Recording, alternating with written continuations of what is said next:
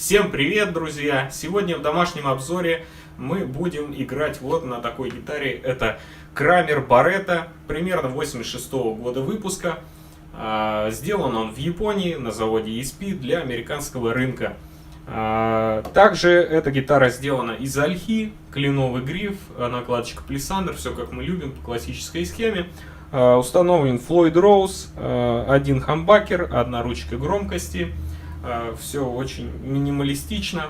Установлены колодочки Гота. Также инструмент с довольно-таки широкими ладами.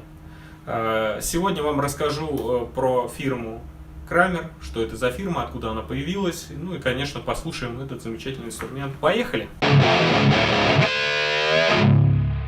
В общем, в конце 70-х годов вместе с Трэвисом Бином Гэри Крамер, его же фамилией и названа фирма, занялся созданием гитар с алюминиевыми грифами и головами непосредственно.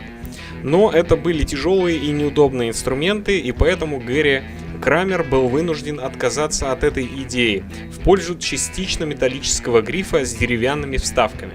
Корпус гитар изготавливался из ореха и клена, а первые инструменты и вовсе изготавливались из махагона и бубинга. Вот такие вилочковые непосредственно головы были, странная необычная форма, и грифы из алюминия непосредственно сделаны. В 1981 году впервые появляется Крамер с грифом из дерева. Гитара копировала голову грифа Stratocaster, и после обращения Fender с просьбой прекратить копирование, Крамер изменил форму и стал производить гитары с клювоподобной головой. С началом выпуска гитар с деревянным грифом Крамер стал предпринимать первые попытки выведения производства гитарных деталей в Восточную Азию. Колки и опорные тремоло-системы старого образца стали производиться в Японии фирмой Гота, а грифы делались японской фирмой ESP и доставлялись в Нью-Джерси для врезки ладов и доводки, в принципе, подготовки и установки на деки. В начале 80-х руководство Kramer осознало, что современная техника гитарного исполнения требовала высокопроизводительной тремоло-системы. По соглашению с немецким изобретателем Kramer стал устанавливать на свои гитары громоздкую тремоло-систему, вот как здесь она выглядит. Это предшественник Floyd Rose. А в первой половине 80-х годов состоялась встреча между Эдди Ван Халеном и руководством Kramer. После длительных уговоров Эдди согласился сотрудничать и на встрече заявлял, что хотел бы помочь сделать Kramer гитарной компанией номер один в мире. То есть ему гитары понравились эти. Вот такая вот фотография. С этого момента и начался расцвет эпохи гитар Kramer. В конце 1983 года Kramer сменили форму пера грифа с клювообразной на бананообразную форму. Эта характерная особенность была высоко оценена гитаристами по всему миру. Легендой Kramer заслуженно считается инструмент Baretta, на котором мы сегодня с вами и играем, с одним хамбакером, подобно тому, что используется на концерте Эдди Ван Халена. Baretta была ведущей гитарой в модельном ряде и помогла распространению однозвучковой схемы в 80-х годах.